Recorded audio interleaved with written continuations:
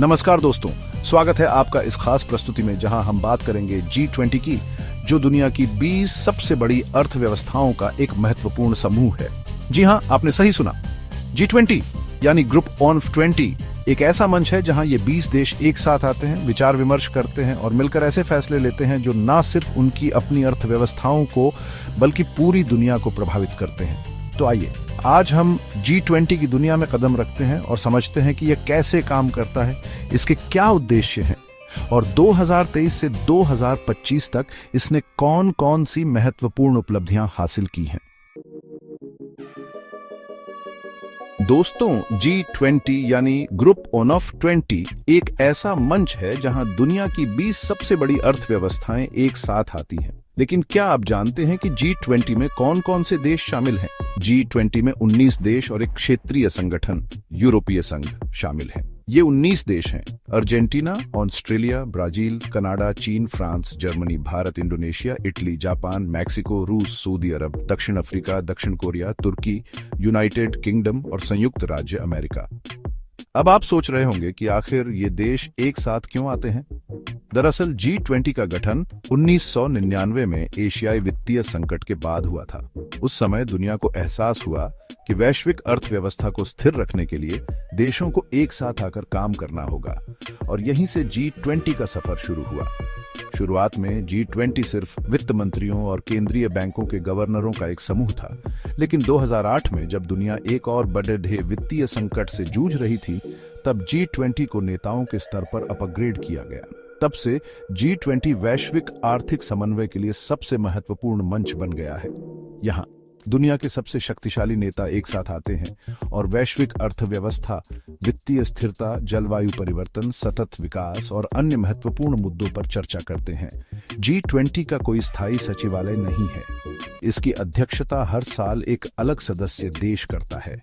अध्यक्ष देश ही उस वर्ष G20 के एजेंडा और प्राथमिकताओं का निर्धारण करता है। तो दोस्तों, यह था G20 का एक संक्षिप्त परिचय। अब आइए आगे बढ़ते हैं और G20 के इतिहास और इसके काम करने के तरीके के बारे में और जानते हैं। दोस्तों, जैसा कि हमने पहले चर्चा की, G20 का जन्म 1999 में एशियाई वित्तीय संकट की पृष्ठभूमि में हुआ था। उस समय दुनिया ने देखा कि कैसे एक क्षेत्र में आर्थिक अस्थिरता पूरी दुनिया को प्रभावित कर सकती है। इस संकट ने यह साबित कर दिया कि वैश्विक अर्थव्यवस्था को स्थिर रखने के लिए देशों को एक साथ आकर काम करना होगा। इस सोच के साथ G20 का गठन किया गया।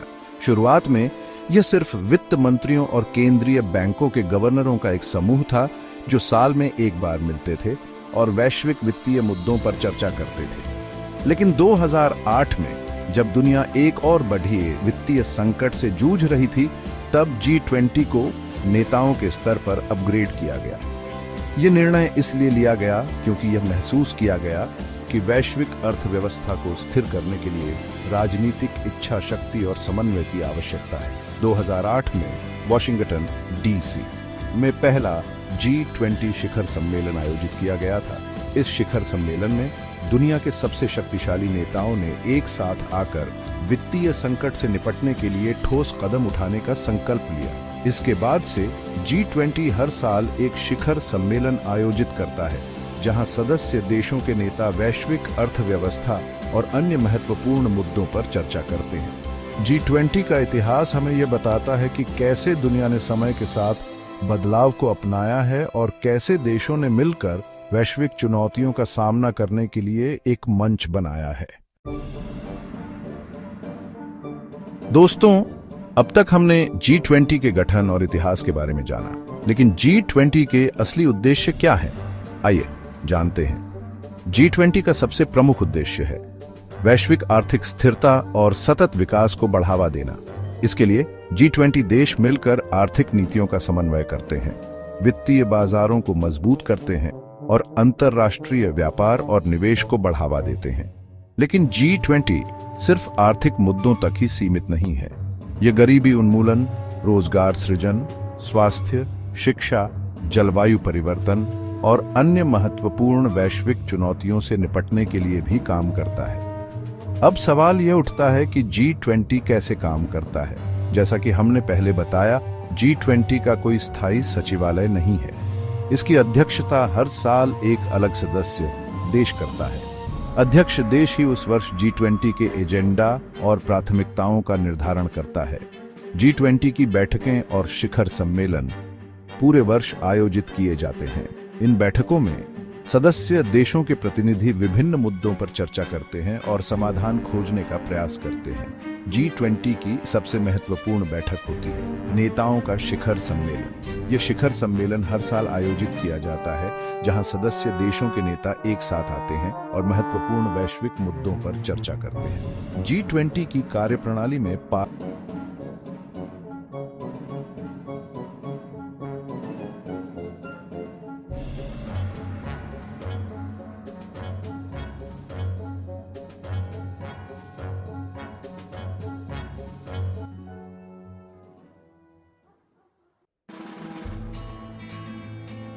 दोस्तों, G20 के गठन के बाद से इस मंच ने कई महत्वपूर्ण उपलब्धियां हासिल की हैं।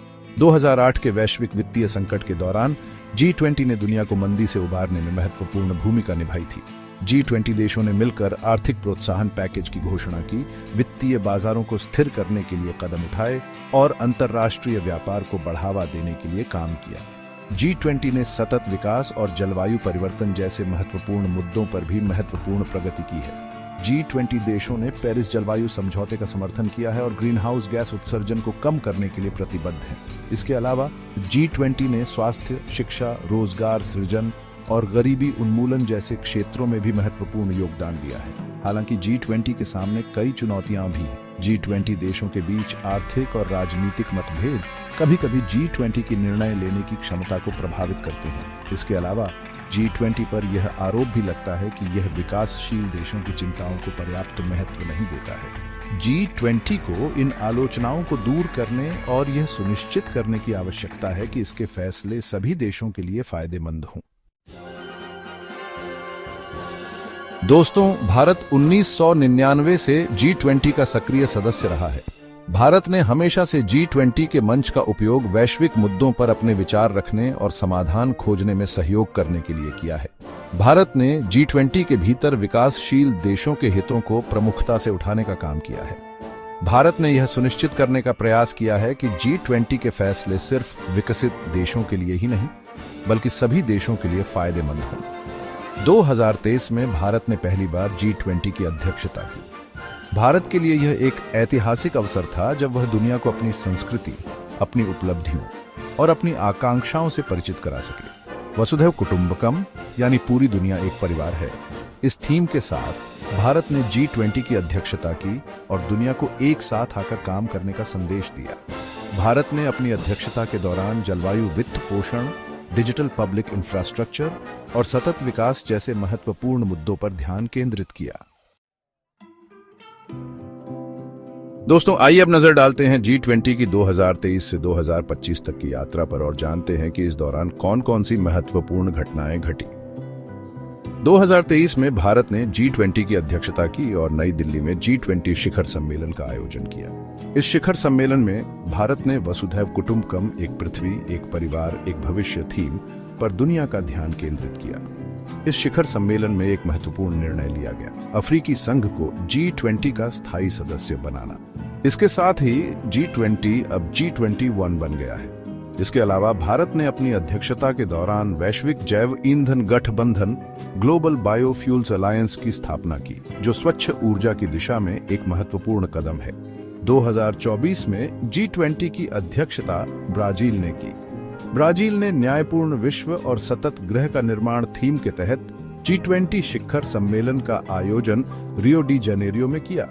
ब्राजील ने अपनी अध्यक्षता के दौरान सामाजिक समावेश, भूख के खिलाफ लड़ाई, ऊर्जा संक्रमण, सतत विकास और वैश्विक शासन संस्थाओं में सुधार जैसे मुद्दों पर ध्यान केंद्रित किया। इस दौरान global alliance against hunger and poverty नामक एक बहुपक्षीय संधि का मसौदा तैयार किया गया, जो दुनिया से भूख और गरीबी को मिटाने की दिशा में एक महत्वपूर्ण कदम है। 2025 में G20 की अध्यक्षता दक्षिण अफ्रीका करेगा। दक्षिण अफ्रीका ने अपनी अध्यक्षता के लिए एकजुटता, समानता और स्थिरता थीम चुनी है। दक्षिण अफ्रीका अपनी अध्यक्षता के दौरान सामाजिक समावेश, आर्थिक समानता और सतत विकास पर ध्यान केंद्रित करेगा। दोस्तों, जैसा कि हमने देखा, G20 ने पिछले कुछ वर्षों में वैश्विक अर्थव्यवस्था और समाज के लिए महत्वपूर्ण योगदान दिया है। 2023 से 2025 तक G20 ने वैश्विक चुनौतियों का सामना करने के लिए सामाजिक समावेश, सतत विकास और वैश्विक शासन में सुधार जैसे महत्वपूर्ण मुद्दों पर ध्यान केंद्रित किया है। अध्यक्षता करने वाले देशों ने अपनी अपनी प्राथमिकताओं के अनुसार एजेंडा निर्धारित किए हैं, जो वैश्विक अर्थव्यवस्था और समाज के लिए महत्वपूर्ण है।